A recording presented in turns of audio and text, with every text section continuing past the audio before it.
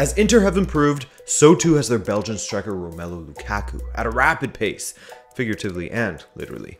The man who wasn't wanted and wasn't appreciated at Manchester United made way to Italy with some of his former teammates, and we are finally seeing the player that Romelu Lukaku has threatened to become for the last decade.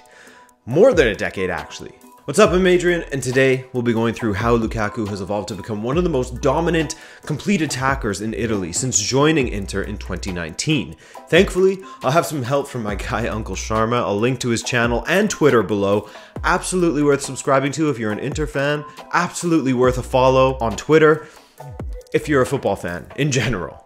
Trust me. But let's get to it. Let's talk about the man that we've been hearing about now for like 12 years, basically, since he was 15 in Belgium and linked with moves across Europe. He was the original Holland, I believe, because I'm watching clips of, someone posted a clip of Lukaku at Anderlecht, and I'm watching them, I'm like, this is Holland, like the way he's very raw, you know, he's not very pleasing on the eye, but he was just a goal machine even back then at Anderlecht. For sure, there's definitely a parallel you could draw there, man. But yeah, he was bullying, you know, fully grown adults when he was like 15, 16. He was the size of him. Have you seen that picture of him where he's like, is it under 12's game? yeah. And it looks like there's like a teenager playing with some 6-year-olds, basically. Yeah. No, of course we won't track his entire career. There's actually a video on my channel that you can watch. More on that later. But we will pick things up when Lukaku was in his final year with United. Lukaku was one of the most memed footballers in England at that time. Everyone got in on the fun. You had people saying that his first touch made it seem like he was playing with Tim's on. You had Lukaku not helping his own case at times with some admittedly poor touches, of course. And this vicious cycle led to a player who was clearly low on confidence and feeling like he wasn't welcome at the club he was playing for. He left the Premier League having scored 113 goals in 252 matches, while consistently going missing against top 6 opposition, unfortunately, which fanned the flames of doubt surrounding his quality even more. So how did someone like Uncle Sharma feel about his signing? Well, I remember tweeting about it actually when we were linked. It was originally a swap between Icardi and Lukaku was rumored because, you know, the whole Icardi drama was going on. And I said, I'm in favor of this deal if Lukaku loses weight. That was my main sticking point with Lukaku because it clearly looked like he was overweight when he was playing at United. You know, you could not in you know, like the meme way, like looking fat, but he just looked, you know, too muscly. Yeah. You know, I think Gary Neville pointed it out, a few pundits pointed it out, and I think it was spot on. So I was for it, but I wasn't too excited for it. I had, like, you know, my doubts about it, especially the price tag, which was rumored to be, you know, United wanted 70-80 million. So I was like, whoa, that seems pretty overpriced for someone who's been kind of underperforming for United. The club doctors found out that he had a digestive issue at United, which was undiagnosed.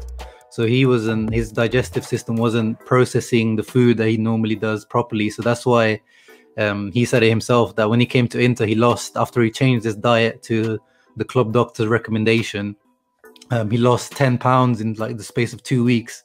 Yeah. And obviously Conte's training methods are, you know, famously pretty strong. So that obviously contributed as well. But as time went on, you could see him shedding that weight, getting leaner, getting fitter.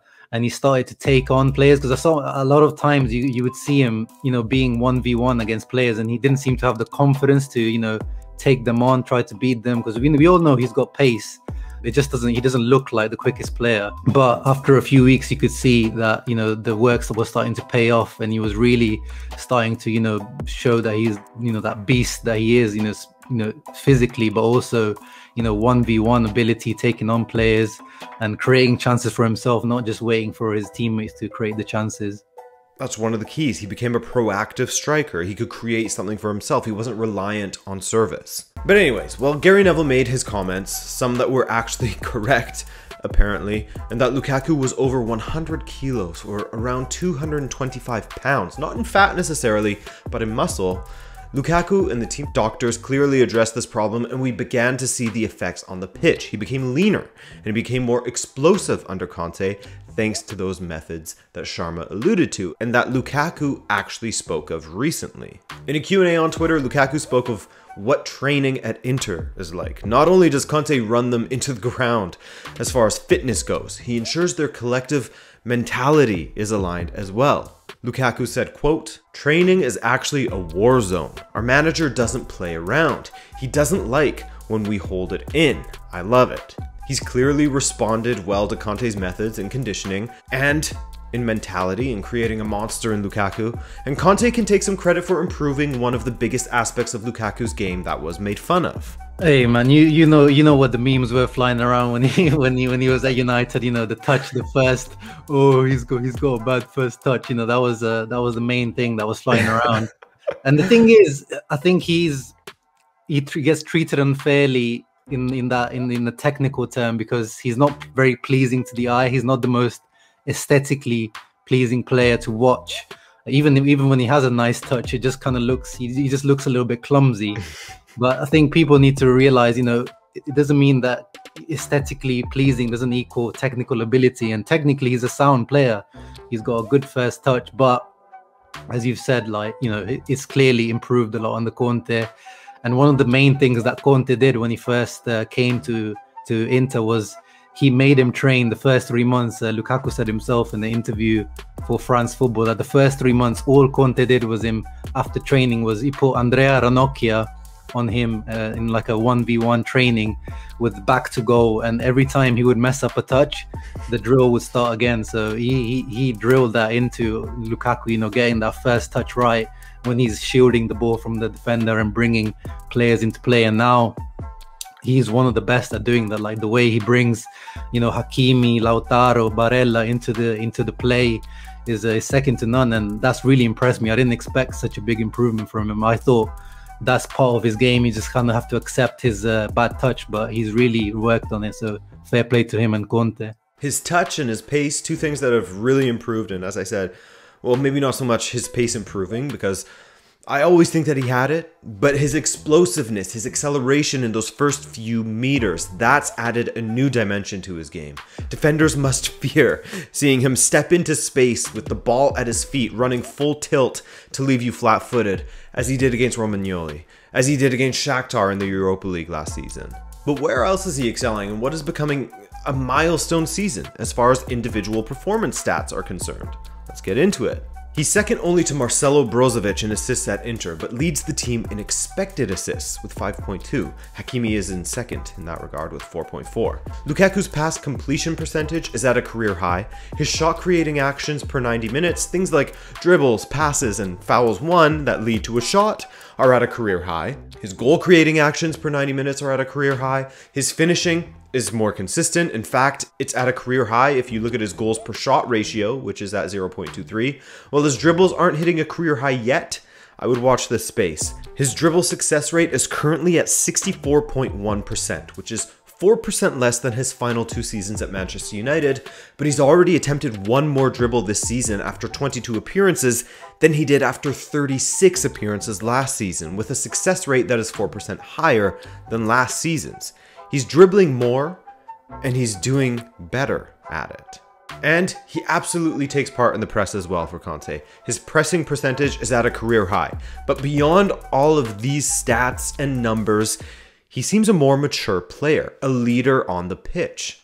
He's one of the main driving forces in the attack, of course, but how do you view him from a leadership stance within the squad? Has he gone beyond just an important attacker to being an extremely important player within the squad from a leadership point of view as well? You know, obviously we know Handanovic is 36 years old, and he seems like he's coming towards the tail end of his career as Inter captain as well. And, you know, Inter fans are discussing who could be the next Inter, you know, Capitano.